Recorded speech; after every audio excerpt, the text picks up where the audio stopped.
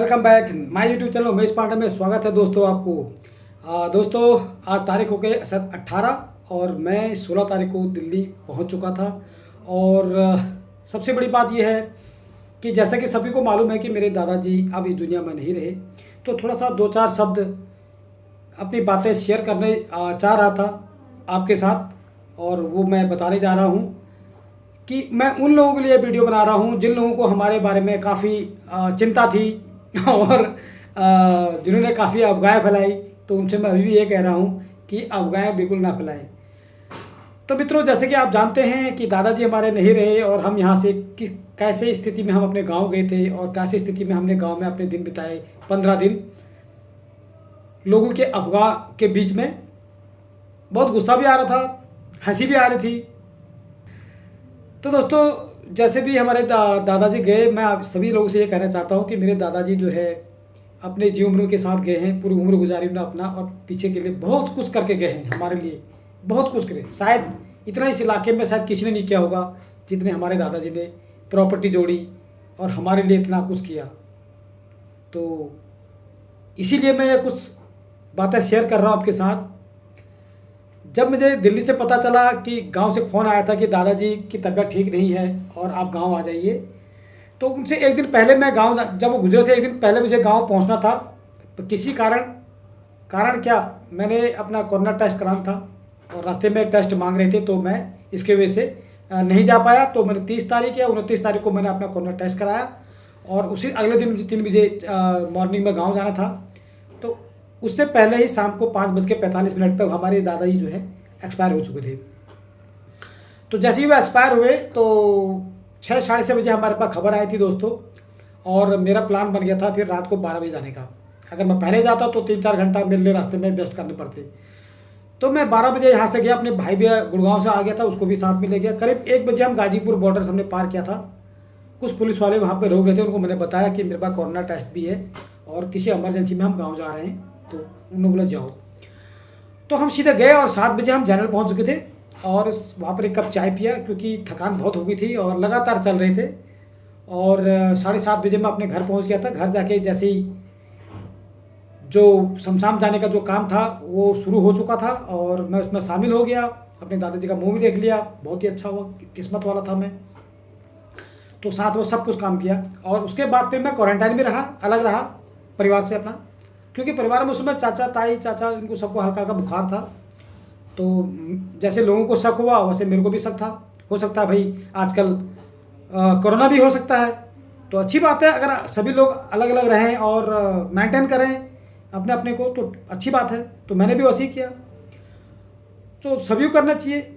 और लेकिन जैसे ही दादाजी का हम कर्म क्रिया करके आए थे तो वापस, तो वहाँ पर कोरोना का एक टीम आई थी, तो उन्होंने हमारा पूरा टेस्ट लिया, सारा परिवार का, सबका, श्यानगर का।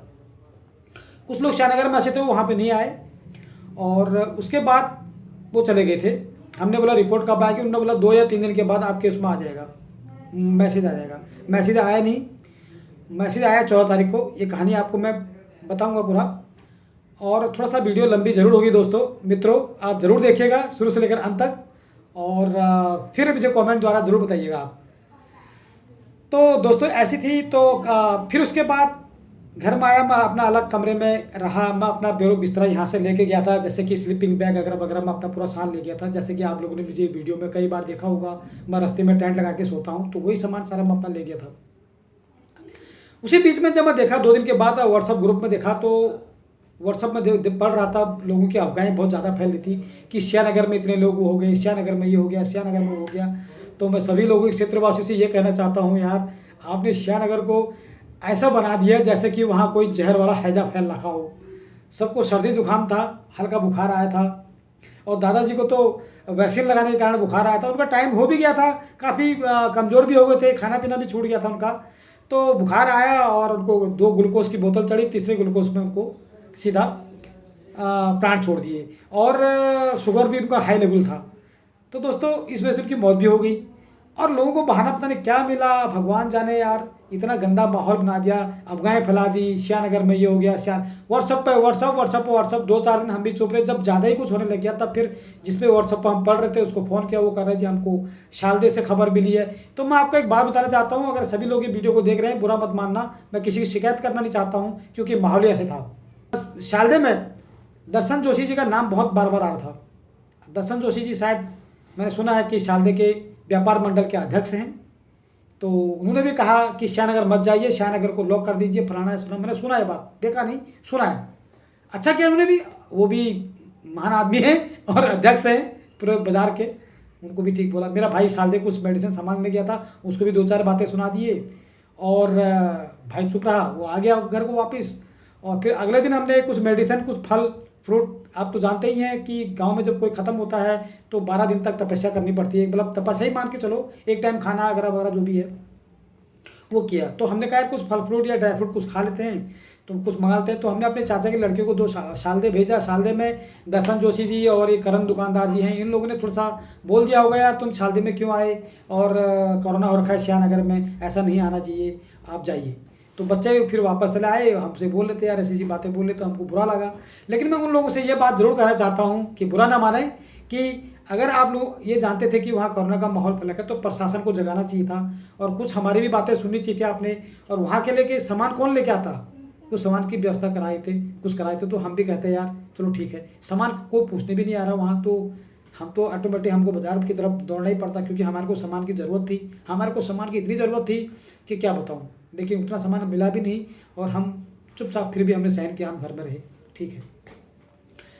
तो अगर दर्शन जी आप देख रहे होंगे तो बुरा मत मानिएगा, कभी गाँव आऊँगा तो 2-4 शब्द आपसे मैंने कुछ बात बोलनी है, बोलूँगा आपसे, पूछूँगा आपसे कि घर में अगर किसी की मौत हो जाए तो वो सामान कहाँ से लेके आएगा, कौन जाएगा बाज़ार वाले लेके आएंगे या फिर हमारे घर वाले लेके जाएंगे, ये क्वेश्चन मेरे आपसे है। तो साथियों मित्रों, इतनी बातें सुनते हुए फिर भी हम चुप रहे। और उसके बाद क्या हुआ कि सुनने में ये भी आया, मेरे पास फ़ोन आया, यार तुम्हारे बारे में कुछ अफवाहें फैल रही हैं, उमेश हरीश बारादत्त जी के 2 पोते थे जो दिल्ली से आए थे, उनको भी कोरोना हो रखा है, शालदे से उनको हल्द्वानी लेके गए हैं और वो भी दोनों गुजर गए हैं। तो कितनी भयंकर बात हुई है, मेरे को तो हंसी आ रही है और गुस्सा भी आ रहा है, लेकिन क्या करते। तो जब ऐसी ऐसी बातें हमने सुनी तो मैं थोड़ा भड़क हो गया और मैं पटवारी जी के वहाँ गया। मैंने कहा पटवारी जी आपके क्षेत्र में ऐसी ऐसी बातें हो रही हैं और आप चुप क्यों हैं। उन्होंने बोला हम क्या करें, मैं भी क्वारंटाइन हूँ, मेरे को भी पॉजिटिव दिखा दिया। अब पॉजिटिव का मामला यहाँ पर आता है, तब तक 14 दिन बीत चुके थे और 14 दिन के बाद रिपोर्ट आई, उसके बाद फिर माहौल और गंदा हो गया।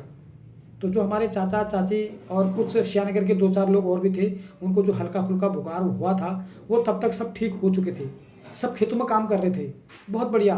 और कोई इनको, और फिर हमारे घर पे 1-2 लोग आने भी लग गए कि अब इनका कोरोना नहीं है और ये सब ठीक हो गए हैं, ठीक है। अच्छा हम भी खुश हो गए, तो मैं भी थोड़ा चंपानगर बाज़ार मार्केट में चला गया, ठीक हो गया। उसके बाद ठीक 14 तारीख को जब रिपोर्ट आ गई सबके व्हाट्सअप में आ गया। पता नहीं व्हाट्सअप किसके पास आता है, व्हाट्सअप तो नहीं, मैसेज तो हमारे उस मोबाइल में आना चाहिए था, हमारे मोबाइल से पहले व्हाट्सअप मैसेज कहीं और चला गया, वो पता नहीं कहाँ गया, मैं नहीं जानता इस बात को।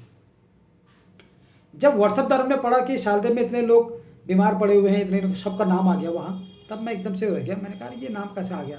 तब फिर लोगों ने और बकवासबाजी करना शुरू कर दिया, मतलब अफवाहें बहुत ज़्यादा फैल चुकी थी, तब तक बहुत जगह फैल चुकी थी, हर जगह से फ़ोन आ रहा है। और तो मैंने बोला यार जिनके नाम पॉजिटिव आ गए वो तो सब स्वस्थ हैं, ये रिपोर्ट इतने दिनों के बाद क्यों आ रही है। 14 दिन के बाद रिपोर्ट आई, तब तक आदमी सब ठीक हो चुके थे। और तब तक वहाँ सबको बोला गया कि भैया तुम अपने जिनका नाम रखा है इनको क्वारंटीन में रखो। अब हमारे परिवार में हमारे भुवनचंद पांडे, आनंद बल्लभ मेरा छोटा भाई, मेरी मम्मी पर भी ठीक हो चुकी थी, मेरी सबको। तो हमने बोला भाई ठीक है, पर मेरे मन में सवाल था, मैंने कहा तो बीमार पहले थे, इनको तो ठीक भी नहीं आई भुवनचंद पांडे को, हमारे चाचा को, और इसको पॉजिटिव कैसे दिखा दिया। तो जितनी भी रिपोर्ट जो पहाड़ों में आ रहे हैं, कोई देखने वाला प्रशासन नहीं है, कोई करने वाला नहीं है। 14 दिन के बाद वहाँ रिपोर्ट आ रही है, तब तक आदमी स्वस्थ हो जा रहा है और उसको बोल रहे हैं फिर इसको क्वारंटाइन में रखो। ये कितनी बड़ी गलती है। अभी भी ठीक है, मैंने फ़ोन करता रहता हूँ मैं, वो लोग सब ठीक हैं। तो कैसा हमारे पहाड़ का प्रशासन है। खुद वहाँ जो पटवारी के वहाँ जब मैं गया, मैंने कहा पटवारी जी आपके क्षेत्र में ऐसी ऐसी बातें हो रही है। वो कह रहे हैं मैं क्या करूँ, मेरे को खुद यहाँ पॉजिटिव में नाम आ गया तो मैं भी क्वारंटाइन हूँ, मेरे को भी क्वारंटाइन में रखने के लिए बोल दिया है। तो वो भी वहाँ पे क्वारंटाइन थी। तो तो मैंने बोला 2-4 शब्द आप बाहर आके बोल दीजिए। उन्होंने कहा बाहर मैं आ नहीं सकती हूँ, अगर मैं बाहर आऊँगा तो ये पब्लिक डीलिंग खराब हो जाएगी मेरी। वो बोलेंगे पॉजिटिव है और बाहर ये डीलिंग कर रही है। तो मैंने बोला हाँ ठीक है, आप ये बात सही कह रहे हैं आप। तो वो बाहर नहीं आए। तो मैंने देखा वहाँ का बहुत ही गंदा माहौल है यार, सामने कुछ और पीठ पीछे कुछ और। तो एक दिन चंपानगर गया था, फिर चंपानगर से मैं घर आ गया था, जबकि मैं वहाँ पे किसी को टच भी नहीं हुआ, और जबकि मैं नेगेटिव हूँ। उस रिपोर्ट में मेरा पॉजिटिव नहीं आया, मैं नेगेटिव हूँ। तो मेरे को भी फिर पीठ पीछे बोला गया कि फलाना फलाना नाती यहाँ आया था। और वो तो जिनके साथ बातें कर रहे थे, तो मेरे को 2-4 दोस्त ऐसे हैं जिन्होंने मुझे सारी बातें बताई। मैं सबके नाम मुझे पता है कि चंपानगर में किस किस ने बोला है। मैं अब वो लोग नहीं, अब हम लोग सतर्क रहेंगे उनसे जिन्होंने कुछ सामने कुछ और है, पीठ पीछे कुछ और है। ये मैं जानता हूँ, मेरे को पता है। तो हमारी पहाड़ की ऐसी भूमिका है कि क्या बताऊँ, बदनाम करने में। व्हाट्सअप चलाना इन्हीं को आता है और किसी को नहीं आता है। और व्हाट्सअप में ये भी नहीं देखते कि हम आगे शेयर क्या कर रहे हैं, पहले हालचाल तो पूछ लें कि क्या वाकई में ऐसा हो रखा है। तो साथियों, ये थी मेरी बातें, और काफ़ी परेशान रहा मैं वहाँ। और वहाँ के लोगों ने बिल्कुल आना जाना बंद कर दिया। और उसके बाद मैं नेगेटिव था, मैंने सबको बोला भी। और फिर उसके बाद जो है, जब पॉजिटिव में सबका नाम आया, जबकि वो लोग स्वस्थ हैं, अभी भी स्वस्थ हैं, सब काम कर रहे हैं, फिर उन्होंने और नाकाबंदी कर दी। इधर से भी लकड़ियाँ लगा दी रोड पे, उधर से भी लकड़ियाँ लगा, आना जाना सब बंद कर दिया। तो साथियों, आज भी मैं आपसे ये कह रहा हूँ कि आज भी हमारा श्यानगर कोरोना से मुक्त है। जो वहाँ के लोग हैं काफ़ी परेशान हैं, सामान की व्यवस्था नहीं हो पा रही उनके साथ। अभी हमारे ग्राम प्रधान संतू ने एक मैसेज दिया था। मैं संतू से ये कहना चाहता हूँ, संतू, ये मैसेज आज आप 15 दिन 16 दिन के बाद डाल रहे हो। अगर ये मैसेज अगर आप उस दिन जब अफवाहें फैल रही थी, अगर आप डाल देते, तो तब तक हम घर में थे पढ़ने वाले।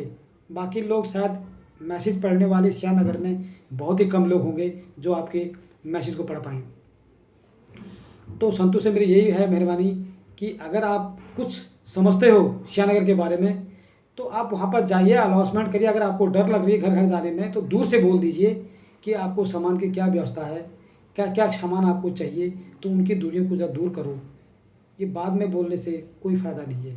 मैं 10 दिन 15 दिन वहाँ रहा, मैं एक फल के लिए परेशान हो गया। वहाँ एक फल नहीं मिला, एक केला नहीं मिल पाया हमारे को घर पर, वहाँ पर एक फ्रूट नहीं मिल पाया खाने के लिए, ना कोई ड्राई फ्रूट मिल पाए। और मैंने कैसे दिन कटाए। मैं इस बात को आप नाराज़ मत होइएगा, लेकिन अगर आप श्यानगर को अपना मानते हैं और श्यानगर के बारे में कुछ सोचना चाहते हैं, कुछ करना चाहते हैं, तो वहाँ पर जाइए और उनसे बोलिए कि आपको सामान की क्या ज़रूरत है और क्या नहीं। तो उनकी समस्याओं को दूर कीजिए, यही मैं कहना चाहता हूँ। और मेरी बातों से आप बिल्कुल बुरा मत मानना, क्योंकि मैं उस स्थिति से गुजरा हूँ। मैं सीधे फिर दिल्ली की तरफ आ गया, और मैं दिल्ली भी आया हूँ तो अपने कमरे में क्वारंटाइन में हूँ। 7 दिन मुझे कम से कम क्वारंटाइन में रहना ही चाहिए। तो मैं अपने मन से हूँ और स्वस्थ हूँ मैं, और मेरे घर वाले भी स्वस्थ हैं इस समय। मैं डेली मेरी बात हो रही है, डेली मेरी वीडियो कॉल हो रही है सब। तो भैया हमारा घर इस समय मातम में है, और हमारा बगल में पड़ोसी भी मातम में है। थोड़ा समझना चाहिए। और लोग जो पॉजिटिव जिसके नाम आए हैं, जिस घर में पॉजिटिव का नाम आया, वही सारे घर जो है क्या कहते हैं, सब मातम में हैं। तो मेरी सभी लोगों से विनती है कि गलत ना सोचें, ना गलत अफवाह फैलाएं। और हमारे बारे में इतनी बड़ी गलत बातें फैला दी, तो ये अच्छी बात नहीं है। और अगर कुछ श्यानगर के लिए करना चाहते हो तो वहाँ की समस्याओं का हल लीजिए आप। मैं ग्राम प्रधान संतोष से ये बात कहना चाहता हूँ कि वहाँ पर एक बार आप जाइए, और दूर से, अगर आप उनके घर नहीं जाना चाहते हैं तो दूर से आप बोल दीजिए सड़क से ही कि भैया आपको सामान की क्या व्यवस्था है, क्या है। क्योंकि वहाँ पे सामान की बहुत बड़ी दिक्कत है। खाने को वहाँ सब्जी नहीं मिल रही है, कभी नमक की थैली नहीं मिल रही है। वहाँ पे सालदे जाते हैं तो सालदे वाले ताने सुनाते हैं, चंपानगर जाते हैं तो चंपानगर वाले ताने सुनाते हैं। तो मेरी यही आपसे एक दुआ है कि आप प्लीज़ वहाँ की समस्याओं का हाल ज़रूर जानिए, और एक बार आप जाइए, देखिए वहाँ पे। सभी लोगों से मेरी यही दुआ है, और मेरे बातों से आप बिल्कुल बुरा मत मानिएगा। और फिर एक नई वीडियो के साथ फिर मिलेंगे आपके साथ। तो तब तक के लिए टिल देन गुड बाय।